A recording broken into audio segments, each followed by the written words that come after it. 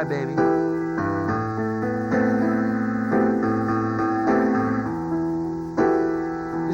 You threw my best Mr. B collars. Right? I don't remember. Stuff up the cracks, turn on the gas, I'm gonna take my life. If you decide to leave. Something like that. I was close, right?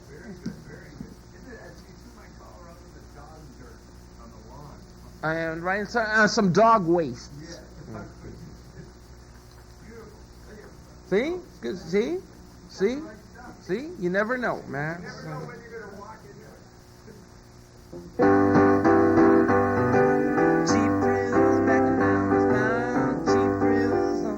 I don't know. I don't remember the words, man. I mean, what? No, don't remember that.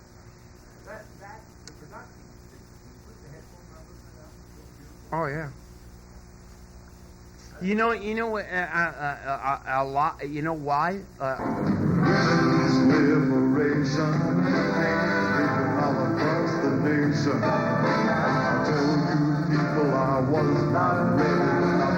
This night by the name of Freddie, she made a little speech there. Oh God, she tried to make me say when. She had my balls in the banks, but she never did. It's still hooked on, but now it shoots to win. Oh God, I am the American dream, but now I smell like Vaseline, and I'm a miserable son of a bitch.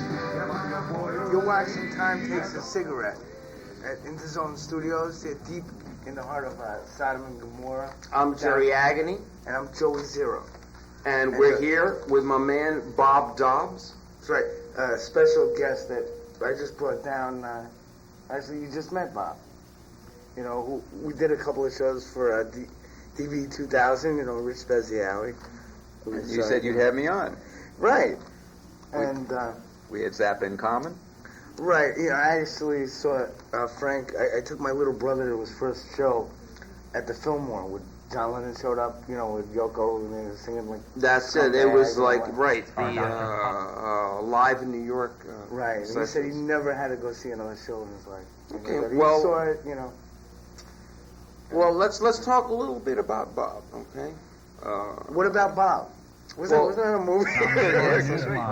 Bob Roberts. Has a medical So Bob, on this information that I have here put together by our completely slave labor staff, I should say. It says here that you're 78 years old. Well, I would have to say, like, you know, I'm sure that our viewers agree you are extremely well preserved. And in fact, you know, that would probably be probably be like a mild thing. You know, probably most of them think that you're full of shit. Right. So, can you like basically a comment on that? Or? Well, I've had something called the D-cell for 30 years, which energizes the water as well as purifies it. It's not available to the public, but that slowed down my aging. I see. Is this an electric device, or is it like a Swedish AccuJack It's a little kind of thing? It's a little stone you put in the water, but the stone is made of something made from cereals and grains that evokes an energy that you can see under the microscope. Do you mean in like your bladder water, like in your pee? No, I drink it. You put the so stone you drink your pee? No, I'm sorry. I put the stone in the water. Okay. It purifies it over 24 hours. Then I drink it. Is this a radioactive substance? We don't know what it is. Is it something that would be regulated by the Atomic Energy Commission, or? We don't let them know about it. Okay. So like I couldn't just go to like Walmart and say, give me a Bob Dobbs like D-cell. Right? You can't get it. You know, you may have like something like marketing there because you know. Well, it's a possibility. We're working on that. I mean, you look great for your age. You really do, man. I mean, anyone looking at you would not believe. I mean, you are not. Don't look a day over 77. Well, my life has been unbelievable. Working for the solar government, people don't even know what that is. Well, you know what? That's the next thing I was going to get to, which is, you know, originally you had talked to us about some intelligence work, and like the word CIA came up, But now I'm hearing like there's another level involved, like a solar government. Could you like kind of, you know? Yeah, have you heard of Echelon? It's been in the Village Voice, different articles over the past couple of years. Something called Echelon, which is the National Security Agency in Canada, Britain, Australia, New Zealand, United States, that monitors all communications and all media. General blanket surveillance. And they call that project an apparatus, which is satellite. So the NSA branch in New Zealand is involved in this? Yeah. Because I know that, like, New Zealand is, like, a serious threat. I mean, you know, as far as intelligence things, I mean, New Zealand agents are everywhere. I went to Gristedes the other day and there were these guys. I know they were New Zealand agents. I know it. And they had these tiny devices. You know, they were trying to like measure like my sphincter warmth with, and you know, they're a little confused now because the solar government has been obsolete. But what you hear about now is the surveillance structure that was set up in 1960, and I was brought by whom? By the world government from the 19th century, which is a historical oligarchy that people call the bankers, but is way more sophisticated and goes back hundreds of years. That is just the effect of the depository of gold and credit and money, which came in 500 years ago with the printing press. You know, Bob, you know, somehow, you know, you're saying to me, like, you know, the bankers, but somehow I'm getting like an anti-Semitic. Yeah, I know. That's not that. It's not that. Okay. That's disinformation. So it's not like a Judenmensch like thing. The Hauptjuden have nothing to do with it. Nothing to do with it. All right. I mean, Well, basically they're Christian if anything. They're pagans, but their front is Christianity. Oh, okay, I understand. See, because I mean, you know, we're here like at you know MNN, and like you know we treat all races like equally. We loathe them all equally. That's why I'm here too. Okay. Yeah. Don't forget that this fucking show, man. Fucking Jerry's gonna fucking this guy fucking Bob Dobbs is out of his fucking mind. I mean, you know, time takes a cigarette, man. It's only one fucking pulls fucking. I have just woke up. 137.16. And that was Bob Mamaluk, our surveillance manager. right. That's what it is. So anyway, and now I hear, I see here in like you know, our painstakingly, you can see like the work that the painstaking work that you know our for days staff. we've been working on Okay, it says here that you are the first to reappear. Yes, right now. Okay, what? One thing that comes to mind is. Oh, what the fuck does that mean? Hey, wait a second. Fucking Jerry and fucking Frank Zappa and fucking Joey Zero. You know what? Unbelievable. This is Bob's time. You wanted me to react to shit. Yeah, we want you to react to Bob. Right, This is Bob's time. Right. Everybody else. My man Von Elmo. Okay, you know. Yeah, he also went to Japan. He's actually here now. Yeah, good. The solar government, which started in 1957 with Sputnik and the satellite structure, the satellite environment, that usurped and obsolesced all previous media, movies, TV, radio, in terms of being constitutive and forming the collective perception of people. The satellite disappears in 1967 when you bring in the instant replay. The instant replay technology totally confused human perception and metaphysics because you're seeing something, you're having the experience of something, and then you have the meaning normally. In the case of the replay, instant replay, you have the meaning first, then the experience. Okay. Just that. Now do that to millions of people from different cultures and different media biases, massive confusion. That's why Lester Bangs called the 70s a bland out. Everybody was actually involved. Well, yeah, I can't argue with that. That's the disappearance. There's the disappearance. Okay. Then when the chip came in and was able to... What chip?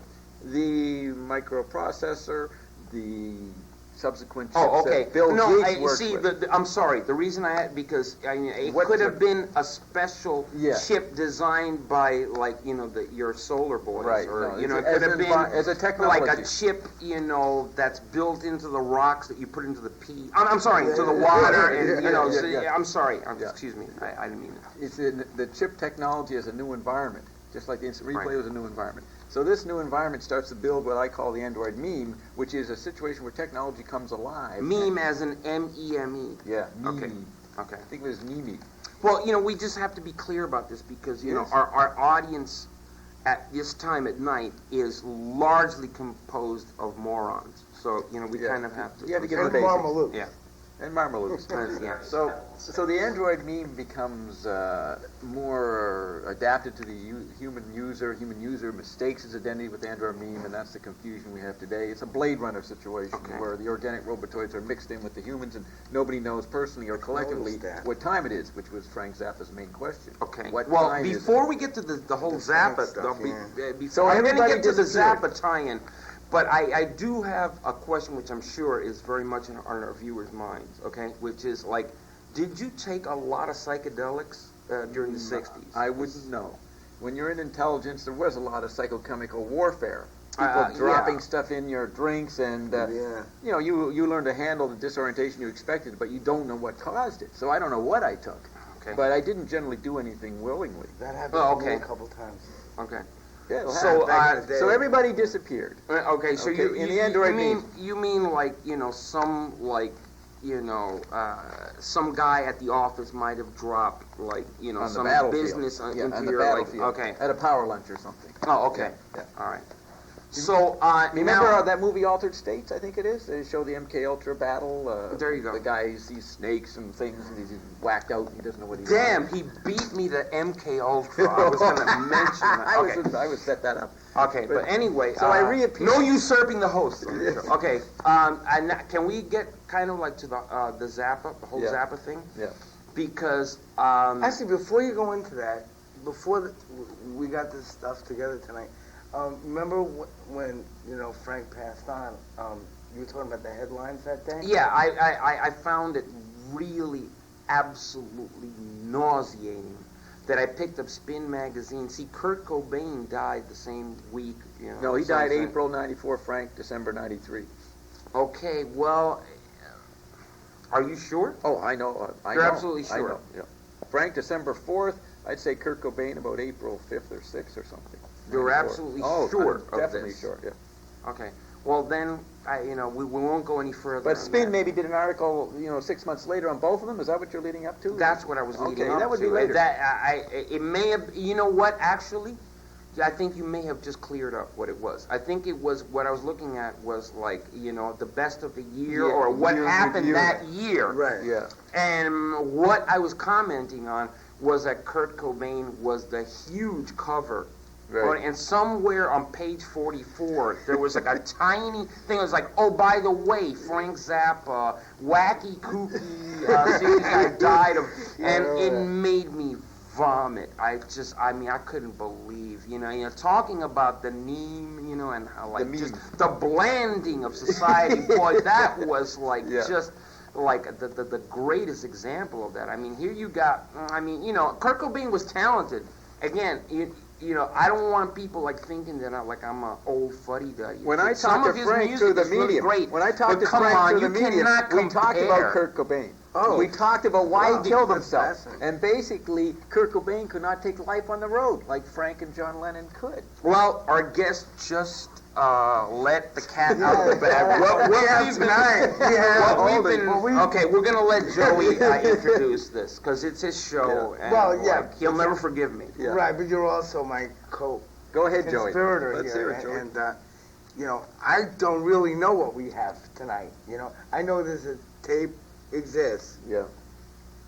Of me Of you talking talking to to Frank. Frank through a medium. Dead Like Frank. a couple days ago or something. Oh, no. It was, the first one was October 94, and the second one was October 96. Okay, can I just ask a question? Just kind of like, Sure. if you didn't know it, then why the fuck did you want to introduce it? I mean, what I understand,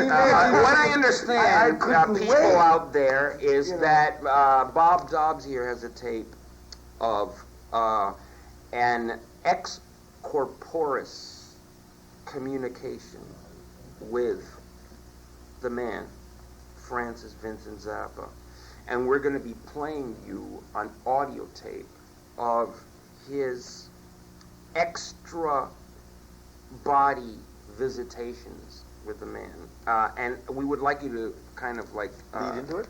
No, we would like you to tell us everything about it.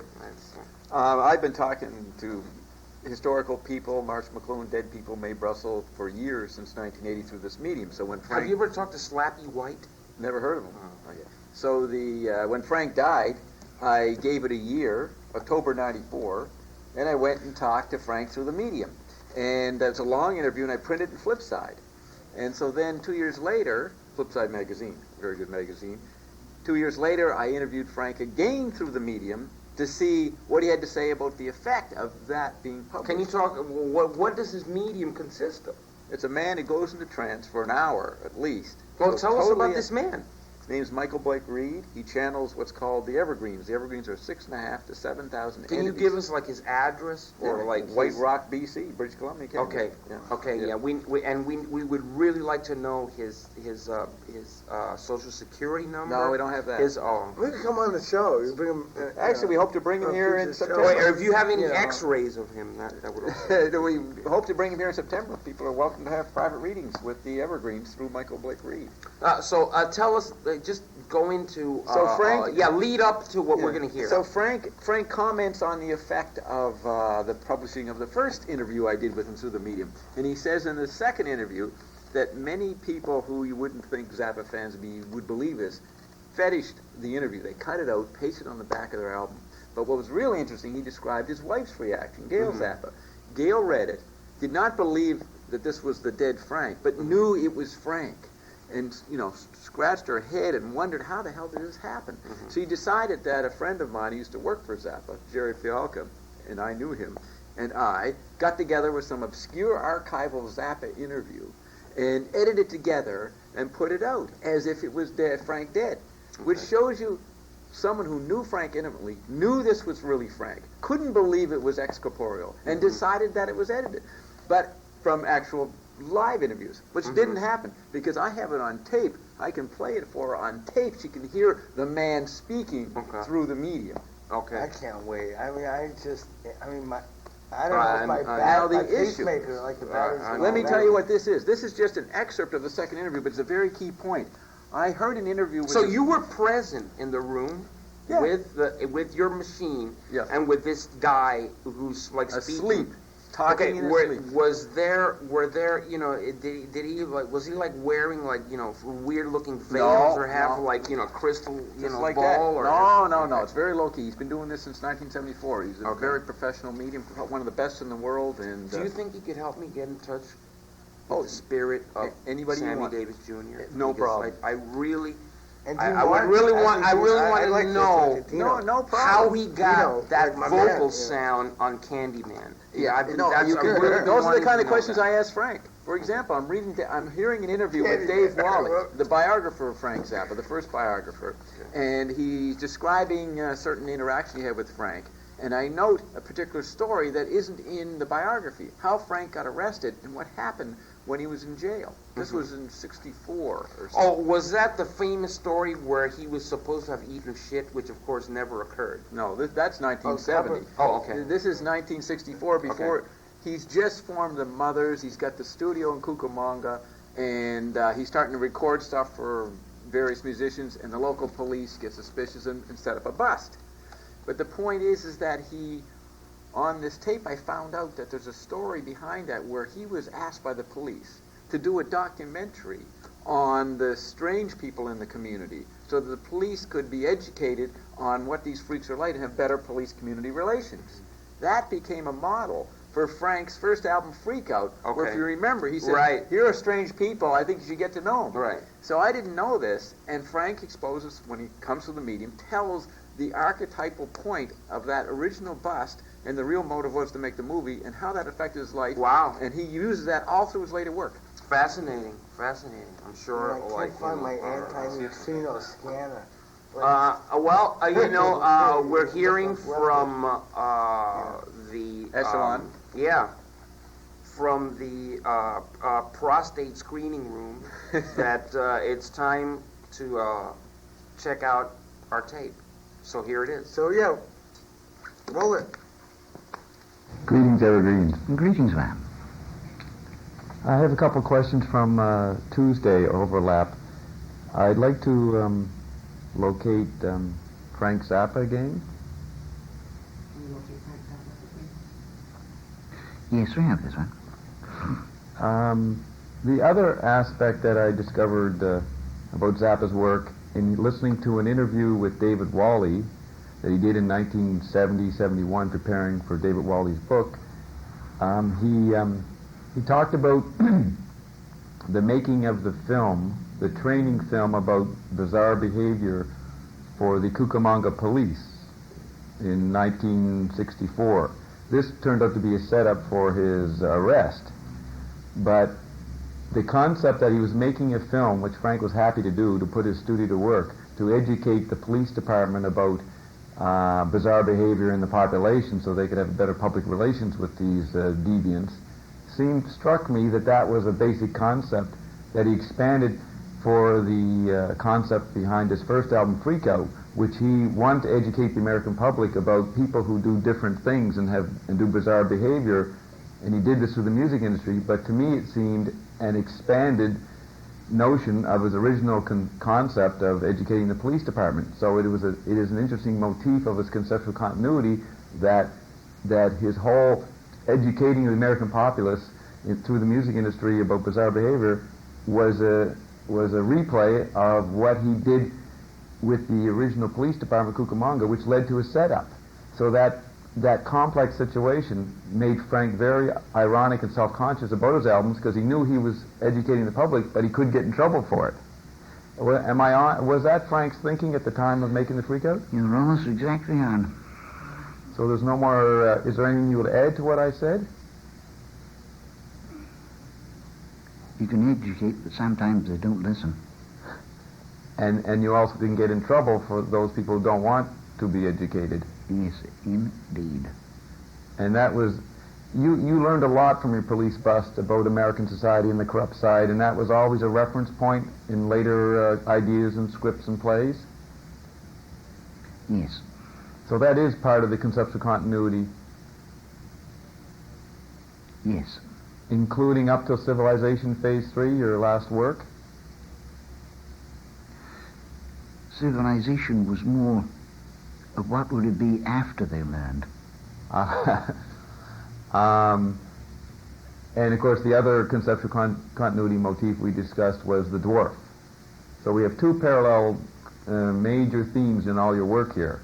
The dwarf theme and the original porno bust, and educating from that. Yes. I'm correct on that? Yes, you are. All right, one point, as you know, maybe you know, I've re-met Dave Wally, and he has put out the new final edition of his biography of you, which probably was the first rock biography.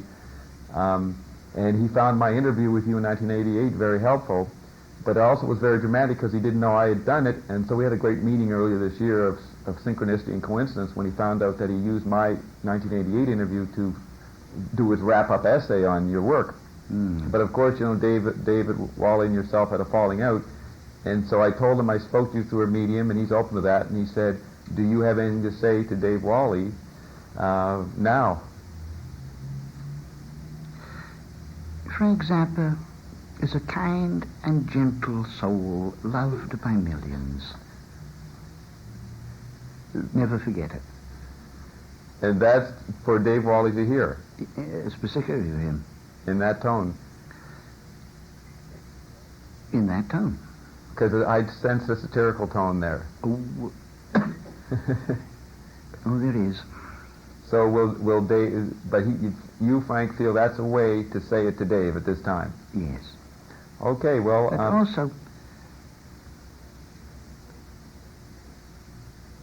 also, to be not as sarcastic, but in truth, trying to capture another person's life in a bottle called book.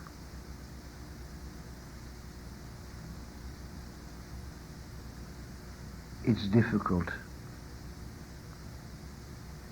but nonetheless,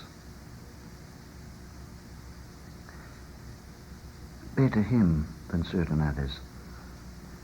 Are you, Frank, you have more positive attitude toward his book now than you did? Absolutely. The point is, even though there were differences, better him than someone else. At that time? Now, Even now. Even now. Better him than certain others. But you do like Ben Watson's book. Absolutely. But the point is,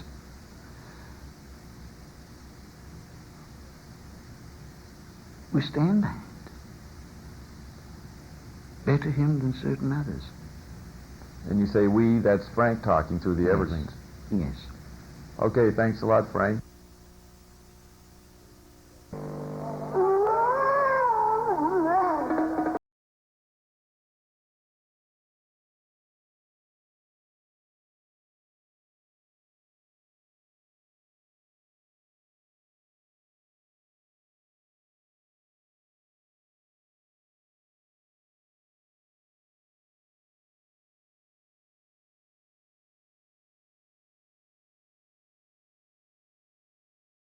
It's almost as if Mozart himself had rolled this one. Okay, acting is over.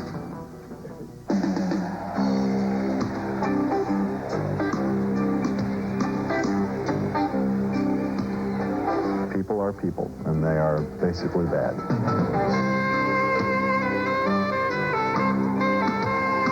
Yeah, because failure is the natural state of human nature. You know, to succeed is the rare thing, you know. There's nothing wrong with being a failure. You can fail. Get used to it. I think that life itself is so absurd because the human species was a mistake. I'm convinced of it. That if there is a God, he really fucked up when he made people.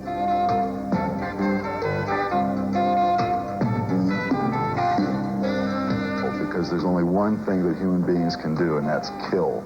They do that exquisitely well and better than any other species. They like to make a mess, they like to kill, they like to make trouble. That's why the species will eventually just obliterate itself and the world will be safe once again for cockroaches and moss.